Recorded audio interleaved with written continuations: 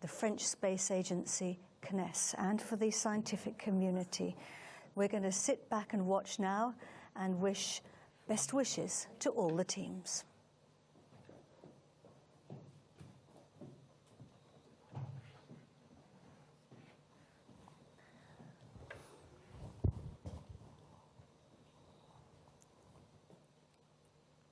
À tous de DDO, attention pour le décompte final.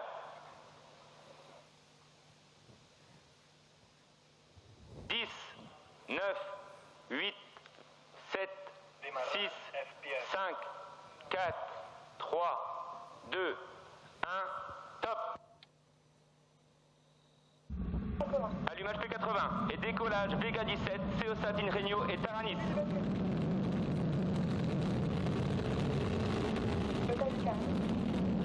Propulsion est nominale.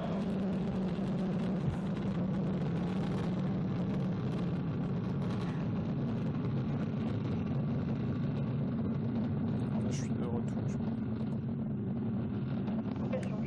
Tous les paramètres à bord sont normaux. Acquisition de la télémesure pour la station de Saint-Jean.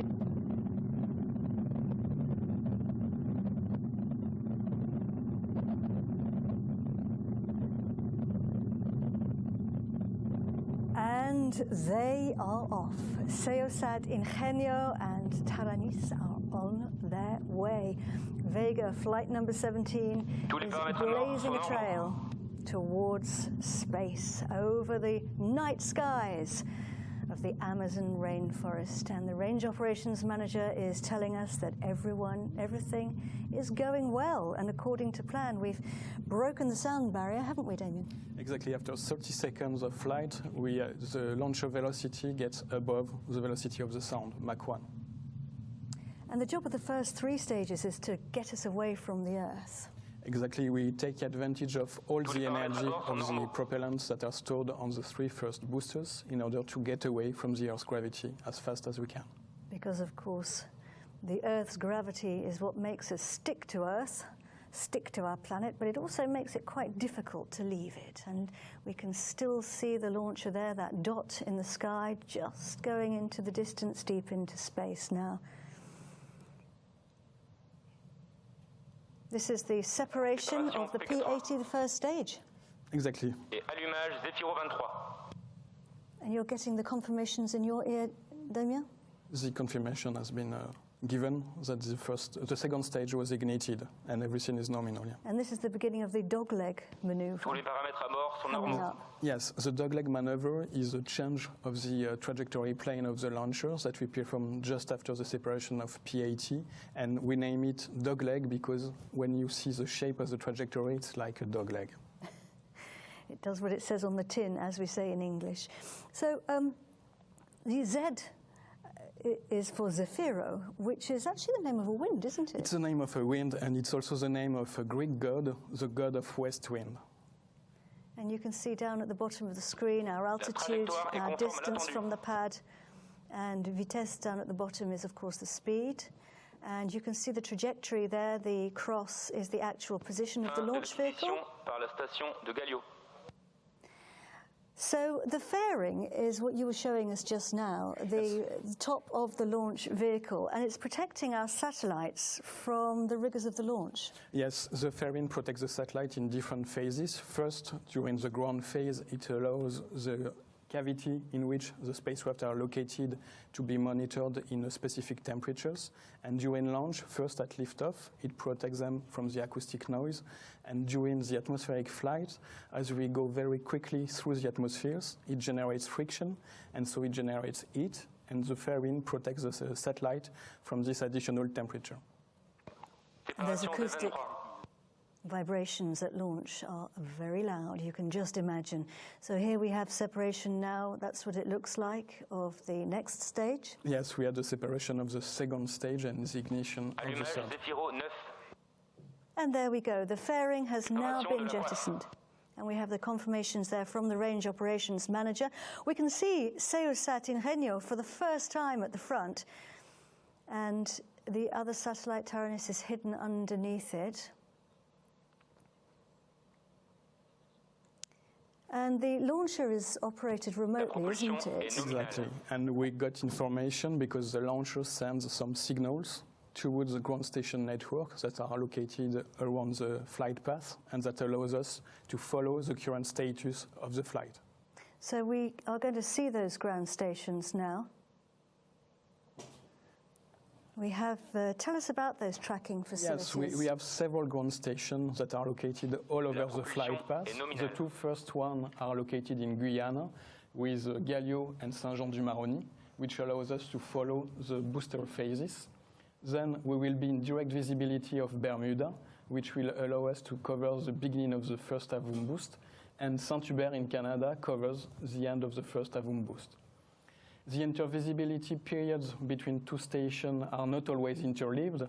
This is what we call a telemetry hole, and this is something completely nominal because it occurs in a phase where we have no active phases from the launchers, and we have such foreseen hole between Saint-Hubert and New Norcia in Australia for this flight. From New Norcia, we will follow the second AVOOM boost and the separation of SEOSAT. Just after New Norcia, we have once again a telemetry gap as the launchers moves around the Earth. This second telemetry gap will reach its end when we will be in direct visibility from Galio again, located in French Guiana. From Galio, the launcher will send again the telemetry data that is transmitted back to CSG in real time for the main parameters and deferred time for the parameters that are to be studied after flight. We have a slight telemetry hole before being again in visibility from Bermuda and from Saint-Hubert, where we will complete the mission from the launcher. Okay, so we are now 6 minutes and 17 seconds into our flight. We are traveling at a speed of nearly 8 kilometers per second, which is just phenomenal, really, when you think about it. He's telling us that everything is going well. And we have separation there of the Z9. And we're really entering the next phase now. The main propulsion phase of the launch is over.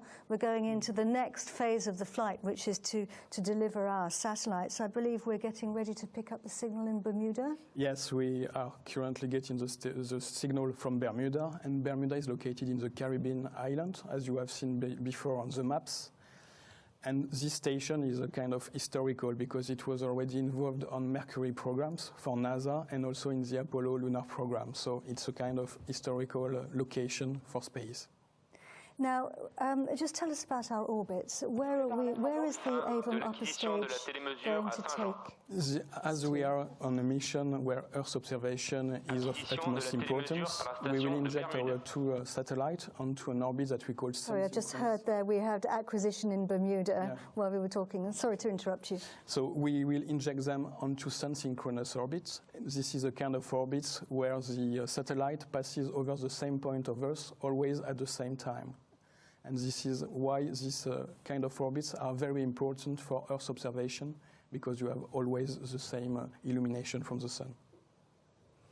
So we're coming up to the next point now, which is the switching on of the AVOOM upper stage. I call it AVOOM in English, and of course the French call it AVOOM.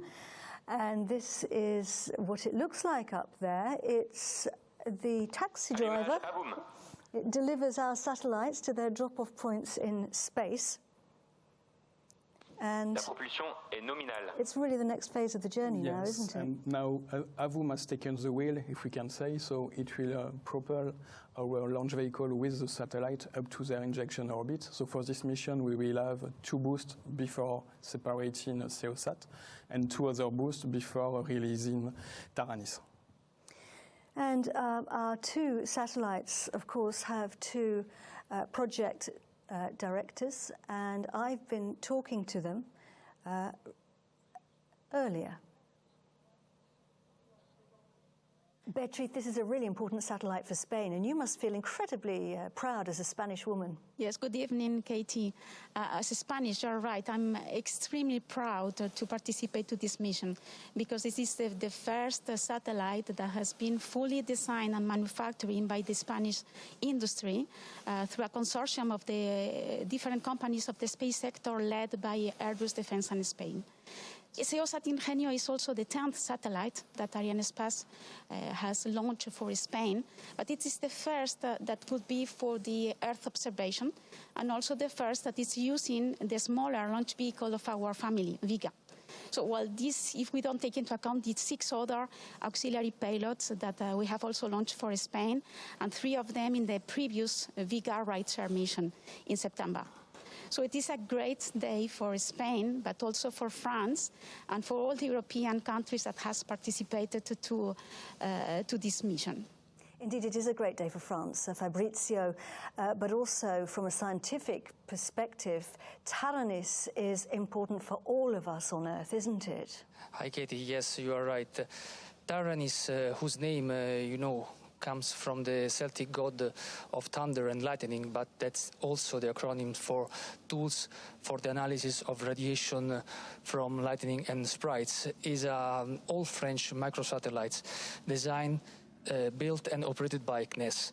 Main mission is scientific one. In particular, the main mission of Taranis is to probe, investigate and probe the physics mechanism that are behind such storm phenomena, so-called TLE, transient luminous event, and TGF, terrestrial gamma ray flashes. But as you said before, the data recorded and delivered by the 8 payloads that are on board of Taranis will be used also for operational application like climatology and weather forecast. And Beatrice's satellites are travelling today on board the Vega launcher together, but they've actually travelled all the way to Kourou together, haven't they? Yeah, yes, you're right. The 2 customers got in touch for sharing the transportation of the satellites. So they have arrived on the same plane here in French Guiana.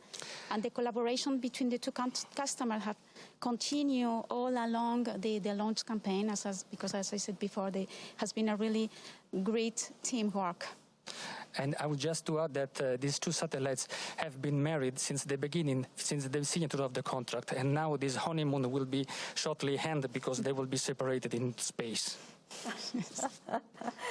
Thank you very much indeed, and best of luck for the launch today, Beatriz and Fabrizio.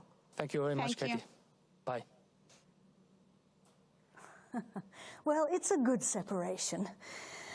And of course, as we've been hearing, the Vega launcher is a very special member of the Arianespace family. She's the youngest of the 3 launch vehicles that are operated by Arianespace. Marino Fragnito is the head of the business unit at Arianespace and the Vega business unit, and he joins us now because we're going to just take a little section now, Marino, to talk more about Vega. So just tell us a little bit more about tonight's launch. Yeah, hi, Katie. So first of all, I have to say that I'm very happy to be here roughly 2 months after the VV16 flight, which has been, a very complex flight and a great success with 53 satellites on board. We were in the middle of the COVID crisis, so it was very important for us to come back to launch in this period. And now, today, just after 2 months, a bit more than 2 months, we are here again with a very complex mission. So I think Fabrizio and Beatrice have already talked about tonight's launch. I liked very much what Fabrizio said about the separation of the satellites in flight, but I have to say that it's very important for me to point out that Arianespace is able to build these very complex missions, like the one for SSMS, like the one that we're performing tonight for the benefit of the European institutions tonight. We have 2 satellites together. We have, as they have explained, we have built this mission since the beginning we are married to satellites, so it's very complex to be able to conceive these missions thanks to this very versatile launcher that we have, capable of injecting the satellites in 2 different orbits at the same time. And we see that multiple launch and dual launch is becoming the standard for this launcher. So it's the standard for Ariane since a long time. It has been a standard for a long time, double launch. And now we're going more and more towards multiple launch approach, and with Vega C this will become even more and more the regular approach that we will use in order to optimize the launch cost for our customers. And so we'll share the same launcher. We'll have a great benefit for all the customers and the institutions which will come aboard. Thank you very much indeed for that, Marino. It's really, really interesting. Joining us here in the studio is Daniel Neuenschwander, who's the Director of Space Transportation at the European Space Agency. Thank you very much indeed for being with us, Daniel. I mean, as we were saying there, Europe is blessed with a family of launchers, aren't we, which can take virtually any satellites to virtually any orbit. Yes, any payload to any orbit, but in addition to that, also from European territory. I think for autonomy of action in space, for Europe, it is crucial that our institutional customers have the possibility also to launch from our own territory. Then today we have Vega, Ariane 5, Soyuz from CSG in operation, and tomorrow we will put into the market Vega C, Ariane 6, a new family, but with the same full range of performance. And last but not least, I would like to underline the support that member states give to Vega C, which is coming in soon, through the increased support with regard to Vega. We have nearly doubled the number of participating states, showing also their commitment to independent access to space through Ariane and Vega on the one side, and on the other side, also showing that Vega is the right vehicle with the right capabilities to address also new markets. So the new vehicle, Vega C, is going to be a real game changer, isn't it? For sure. Vega C being introduced mid-next year will, on the one side, increase its capability of launch of Vega, going from 1.5 tons to 2.3 tons, and also doubling the volume under the fairing, which is also a key aspect to address new markets. Then Vega C will also have a joint solid rocket motor, the P120C, together with Ariane 6, which of course lowers the costs in development and in production. And last but not least, Vega C will have the opportunity to launch ride shares. Marino just spoke about the last Vega launch, where we had a proof of concept of a new adapter allowing us to launch 53 satellites. This is now done. Vega C will be able to address this on a regular basis, and on top also new missions like Space Rider. Well, tell us a little bit more about Space Rider. Well, Space Rider is really a new first, because it's Europe entering a new area. We will have now the first reusable space transportation system for in-orbit servicing and also return from space. And this will allow to address and open up new perspectives, new markets. The spacecraft will have roughly the size of 2 minivans, stay in orbit for a couple of months, 2-3 months, and then come back safely on Earth, be refurbished and launched again. That's really exciting, very, very exciting, and something to look forward to. So, Daniel, thank you very much indeed for joining us in the studio. So, we are going to go now to a film about French Guiana, because the Guiana Space Center is in French Guiana, which is in South America.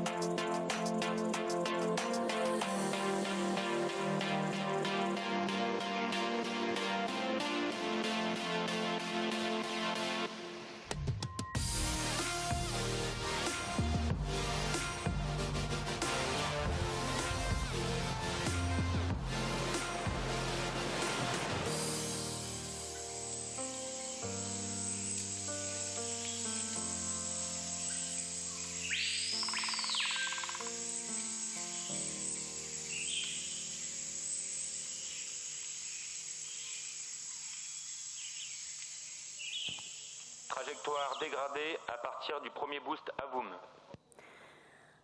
We are getting information from the Arianespace Center that the trajectory is degraded on the launcher trajectory. So we're going to wait for information now, more information from the Arianespace Center, and we're just going to bring our program to a pause for the moment. So you can keep your eyes on the Twitter feeds and the website, and we will come back to you as soon as we have more information.